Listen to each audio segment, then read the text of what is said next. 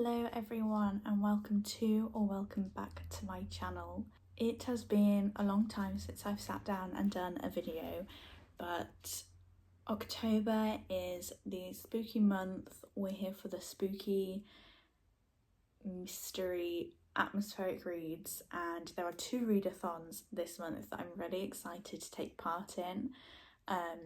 So I thought we would chat about the TBR for October. So this month we have the return of Becca's Spookoplathon, which she has said could be her last ever round, and I absolutely love taking part in the Spookoplathon. Fun fact, my first ever video on this channel was a Bookoplathon TBR. That's now privated. It was my first and only video until I started back up in whenever I started earlier this year, because I just didn't vlog when I wanted to, but yeah, so that's a fun fact.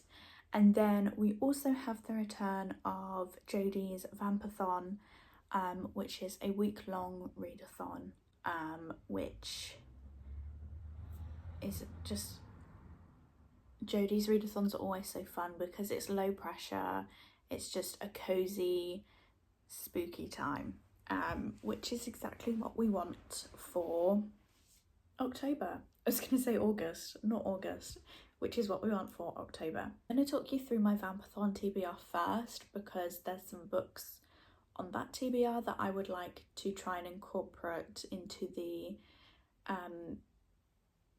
Spookoplathon roles. Just because I'm not reading as much at the minute, so I would like to put 2 and 2 together where I can.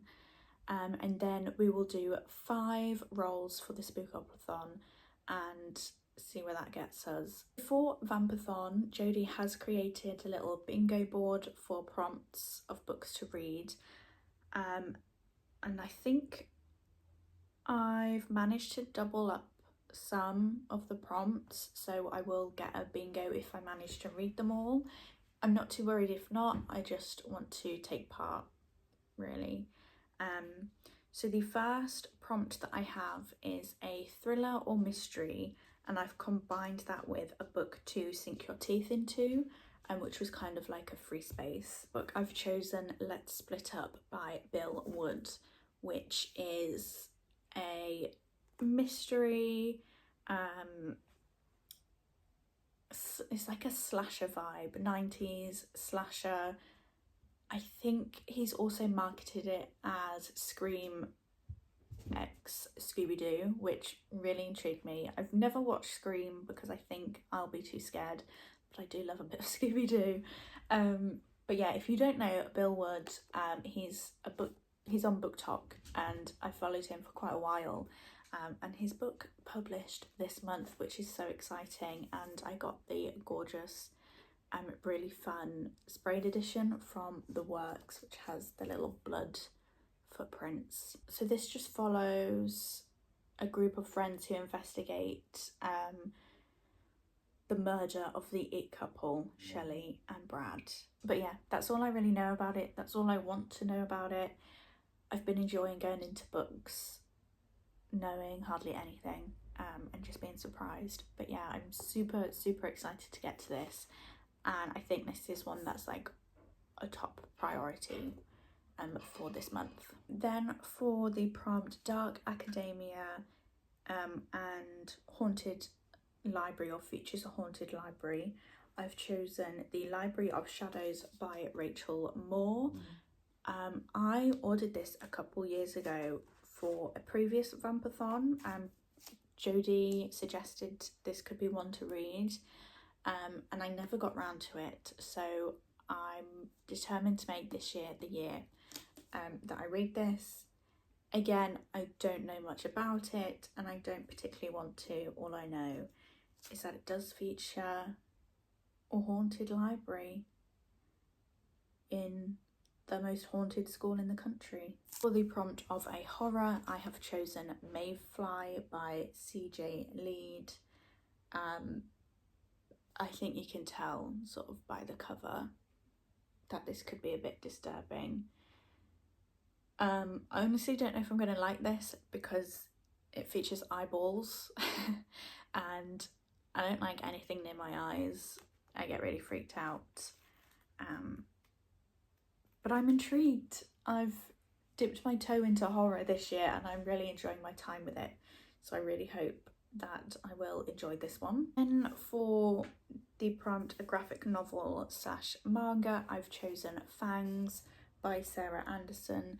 This will be a reread for me. I think I've already read this twice. It's just such a cute little vampire or werewolf romance graphic novel.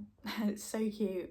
And if you haven't read this and graphic novels are your thing, I would definitely recommend because I love it so much. It's so cute.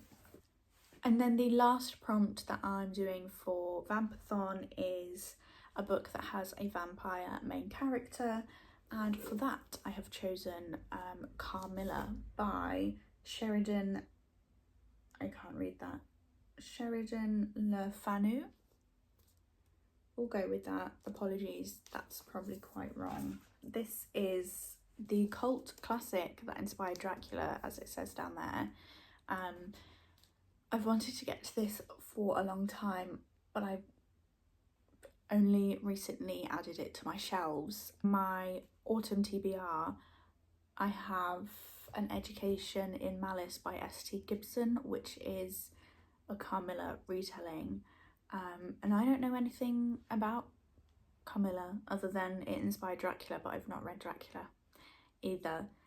So I at least want to get one ticked off this year, and because this one is the shortest, I thought I'd go with this one. It's the original vampire story. Stunning. So that is everything for my Vampathon TBR, which is quite a lot for a week-long readathon. But they are quite short, and I think I'm going to try and do some sort of 24-hour readathon the weekend it starts, so I can get through a couple of these, hopefully. Sorry for the angle change. My back, I'm sat on the floor and my back it really hurts. So I'm trying to find a position where it doesn't hurt so much, but it hurts. And now my eye's watering.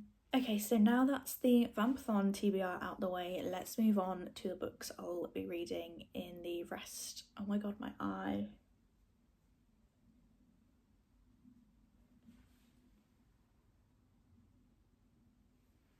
I need a moment. Okay, I've had to put my glasses on because my eye is really hurting and I don't really know why. It's time to do the book Spookoplathon rolls and see what we get.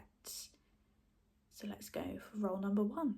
I've got my teeny tiny forky as my counter and my dice, so we are ready to do our first roll. That is a 5.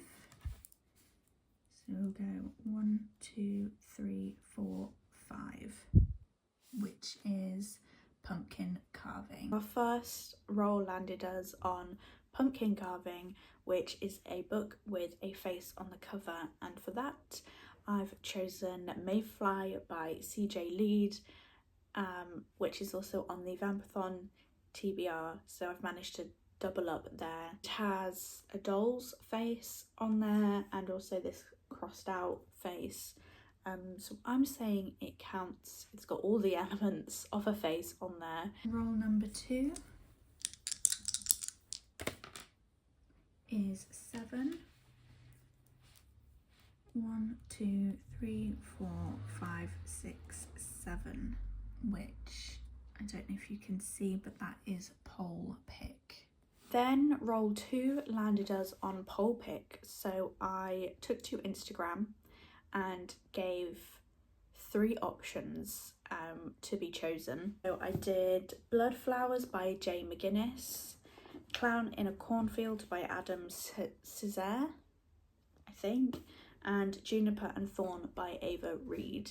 Now, this poll has been up for quite some time because every time I've looked, they've either all been joint or 2 of them have been joint together. Currently, still are 2 joints, so at the minute it's between Juniper and Thorn and Clown in a Cornfield.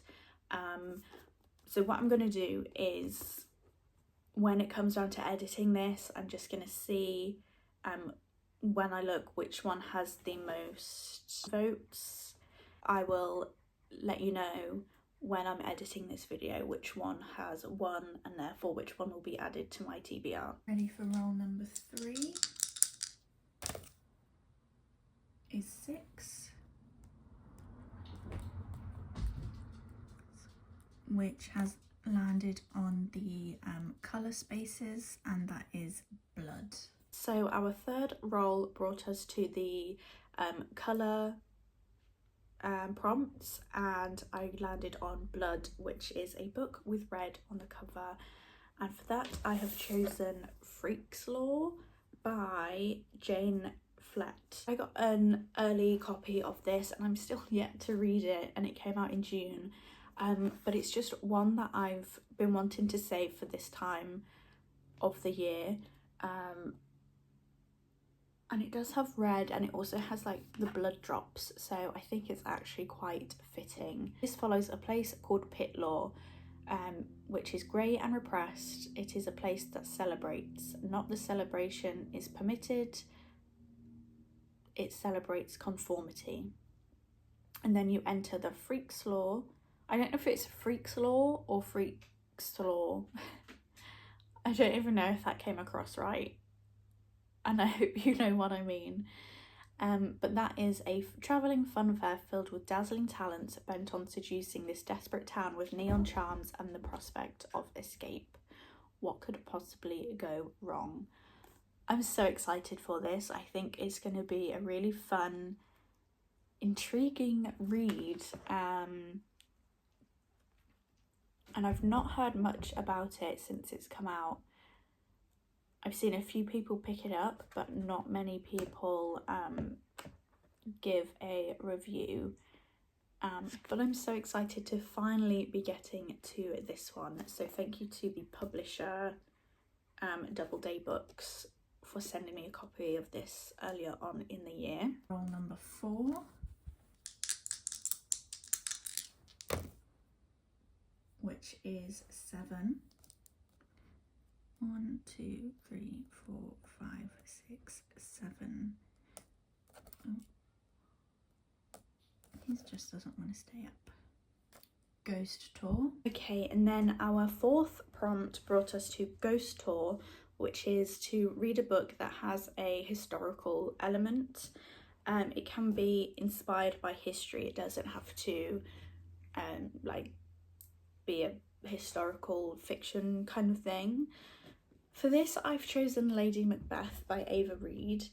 I'm hoping this counts because this is a sort of retelling of Macbeth, which I guess in literature, it's a historical event, it's a Shakespeare play.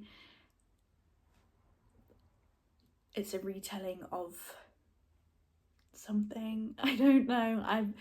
When I picked this, I was like, yeah, that counts, but the more I've been thinking about it, the more I'm like, oh, I'm not too sure. So I'm not entirely sure this one counts, and if it doesn't, I don't know what I'm going to choose. So we're going with this. Again, I received an early copy of this from Del Rey, which I'm super grateful for and was so excited, but I didn't get round to it in August, which is, I think, when it came. And I think, again, this month, to me, just, it's a book to read in these Burr months. But yeah, I'm super excited to get to this. I've heard some really great things about it. And I think our final roll number 5, is 11. 1, 2, 3, 4, 5, 6, 7, 8, 9, 10, 11. going to do there, which is chance. And then our last roll brought us to a chance card, which is where you have a mix of books on your TBR, and if you have the proper board and the printables, Becca printed some cards that you could write prompts on, or books on, sorry. I don't have that, so I did a wheel spinner, and I chose 4 books that have been on my TBR for a long time that I wasn't wanting to read this month, and then 4 books that are fairly new to the TBR, or books that I would happily read this month. And as you can see from the wheel spin, Library of Shadows won. Yes, so from the wheel spinner, Library of Shadows won, so another one that I've managed to double up with for the Vampathon, but again, it does just mean that I will have to wait till the end of the month to read this. I just added this one on as just a filler really, because I wasn't sure what else to put on there, and it won, but that's fine with me. It was worked out in the end. So that is the stack for October's reading, plus whatever wins in the poll, but I'm not going to add all 3 to this stack because it will scare me. I think this could be quite manageable, and what I'm going to do is, because 2 of these are for the end of the month, well, 5 of these, I will, if I manage to read through the other 3 before Vampathon starts, I will either bring some forward and swap out some books that are in the Vampathon TBR, or do some more rolls to try and get maybe an extra book in there. But yeah, very excited for this stack. I think it looks really aesthetic altogether. Lots of reds, pinks and dark tones. So yeah, thank you so much for watching, and I hope your October is full of great reads and no book slumps, and I will see you in my next video. Bye!